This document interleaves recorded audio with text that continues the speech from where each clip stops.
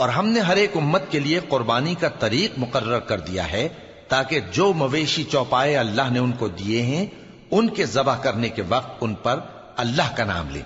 سو تمہارا معبود ایک ہی ہے تو اسی کے فرما بردار ہو جاؤ اور عاجزی کرنے والوں کو خوشخبری سنا دو۔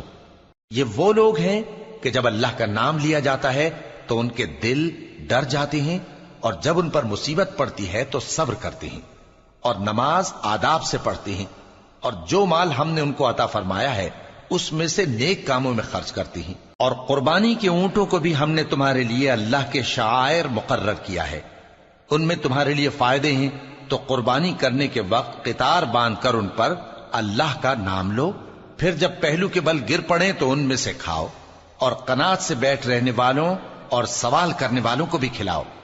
اس طرح ہم نے ان کو تمہارے زیر فرمان کر دیا ہے تاکہ تم شکر کرو۔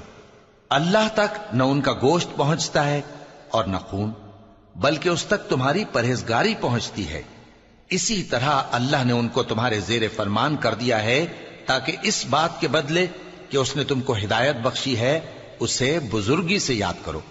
اور اے پیغمبر، نیکوکاروں کو خوشخبری سنا دو، اللہ تو مومنوں سے ان کے دشمنوں کو ہٹاتا رہتا ہے۔ بے شک اللہ کسی خیانت کرنے والے ناشکرے کو دوست نہیں رکھتا۔